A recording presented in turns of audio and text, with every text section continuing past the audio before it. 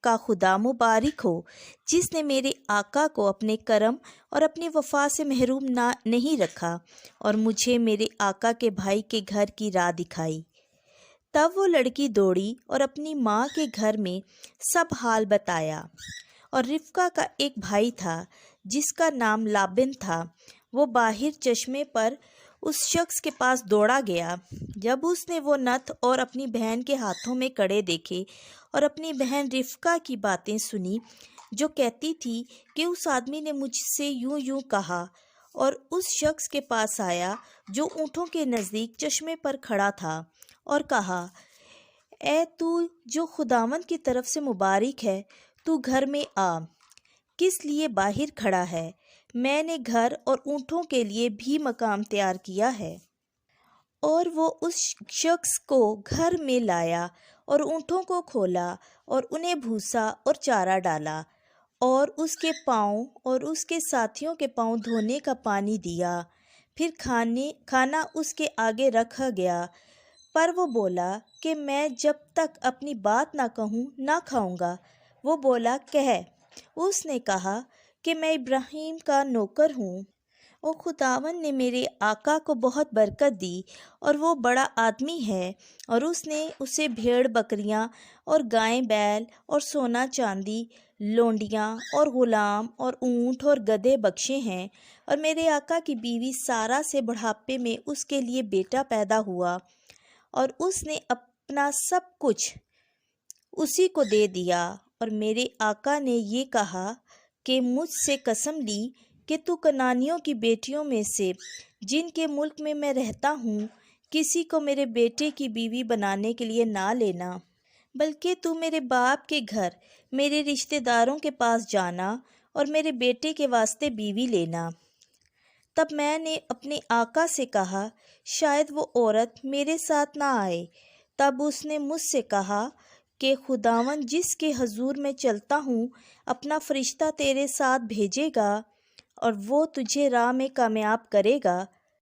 تو میرے رشتہ داروں اور میرے باپ کے گھر میں سے میرے بیٹے کے لیے بیوی لا، اور جب تو میرے رشتہ داروں کے پاس جا پہنچے تب تو میری قسم سے چھوٹے گا، پر اگر وہ تجھے نہ دیں تو بھی تو میری قسم سے چھوٹا۔ پس آج میں اس چشمے پر آیا اور کہا کہ اے خداوند میرے آقا ابراہیم کے خدا، اگر تو میرے سفر کو جو میں کرتا ہوں مبارک کرے تو دیکھ کہ میں پانی کے چشمے کے پاس کھڑا ہوں، اور وہ کنواری جو پانی بھرنے نکلے، اور میں اس سے کہوں کہ اپنے گھڑے میں سے مجھے تھوڑا سا پانی پینے کو دے، اور وہ مجھے کہے کہ تو پی اور میں تیرے اونٹوں کے لیے بھی بھروں گی، تو وہ وہی عورت ہو جسے خداوند نے اپنے آقا کے بیٹے کے لیے مقرر کیا ہے۔ اور میں اپنے دل میں یہ بات کہہ ہی رہا تھا کہ دیکھو رفقہ جو کندھے پر گھڑا لیے باہر نکلی اور چشمے پر اتری اور پانی بھرا۔ تب میں نے اس سے کہا، مجھے پانی پلا، تو اس نے جلدی سے گھڑا اتارا اور بولی کہ پی لے، اور میں تیرے اونٹوں کو بھی پانی پلاؤں گی۔ چنانچہ میں نے پیا اور اس نے میرے اونٹوں کو بھی پلایا۔ تب میں نے اس سے پوچھا اور کہا کہ تو کس کی بیٹی ہے؟ وہ بولی کہ میں بتویل بن ناہور کی بیٹی ہوں جو ملکہ سے اس کے لیے پیدا ہوا، اور میں نے نتھ اس کی ناک میں اور کڑے اس کے ہاتھوں میں پہنائے، اور میں نے جھک کر خداوند کو سجدہ کیا، اور خداوند اپنے آقا ابراہیم کے خدا کو مبارک کہا جس نے مجھے سیدھی راہ دکھائی تاکہ اپنے آقا کے بھائی کی بیٹی اس کے بیٹے کے واسطے لوں۔